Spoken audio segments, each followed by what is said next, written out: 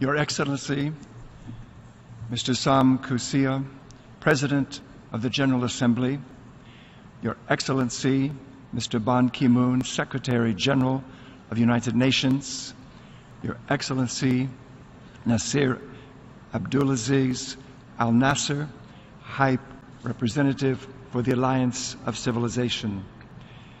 Excellencies, ladies and gentlemen, I want to thank the President of this General Assembly, the Secretary General of the United Nations, and the High Representative for the Alliance of Civilization for your leadership in convening this high-level thematic debate on a very important agenda item. Thank you. You are looking at a miracle. By all medical expertise, I'm not supposed to be alive.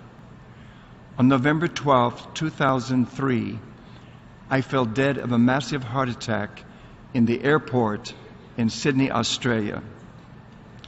I was clinically dead 45 minutes. They administered CPR, resuscitation, and they gave me 10 electric shock treatments to my heart. In the United States, they give 3 shock treatments and they stop. In Australia, they give 4 shock treatments and they stop. They gave me 10 electric shock treatments to my heart.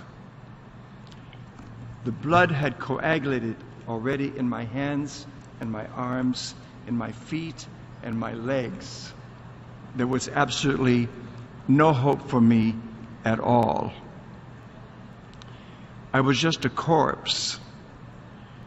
They took my body and put it on a stretcher and carried it to an ambulance.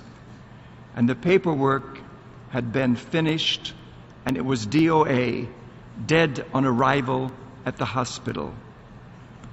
But in the ambulance, on the way to the hospital, when all that medical science knew to do, and with all that was at their disposal to administer, it did not work. But in the ambulance, just a corpse lying on that stretcher, Jesus stepped on board that ambulance, and my heart began to beat, and the breath came back. The driver was startled. The paramedic was startled. He told me later, he said, I have never seen anyone recover from what has happened to you. This all happened November 12th, 2003. After several weeks in Australia, I returned to the United States, to my home, by myself because I was totally healed. In 2004, I went to a hospital in Jackson, Tennessee for just a major checkup, and they gave me a complete blood lipid profile: triglycerides, LDLs, HDLs, cholesterol, etc. In a couple of weeks, I went back for the results, and when I walked in, the doctor looked at me and he said, your results are absolutely excellent. He said, but Reverend, we now can check the DNA in a person's body. We decided to check your DNA. He said, when we checked your DNA, he said, when God raised you miraculously from the dead, he removed the APOE genetic marker for heart disease out of every cell in your body. He said, that is impossible. It's impossible. He said, only God could do such a thing. He said, when God healed you and raised you up, he totally, miraculously healed you. So I am grateful today to be alive, because we know, having been clinically dead for 45 minutes, with no breath and no heartbeat. I asked the paramedic later, I said, "Nigel, what happened when you shocked my heart?" He said, "It would beat 3 or 4 times and it would stop." We know that after 6 minutes or less, with no oxygen to the brain, there is irreparable brain damage.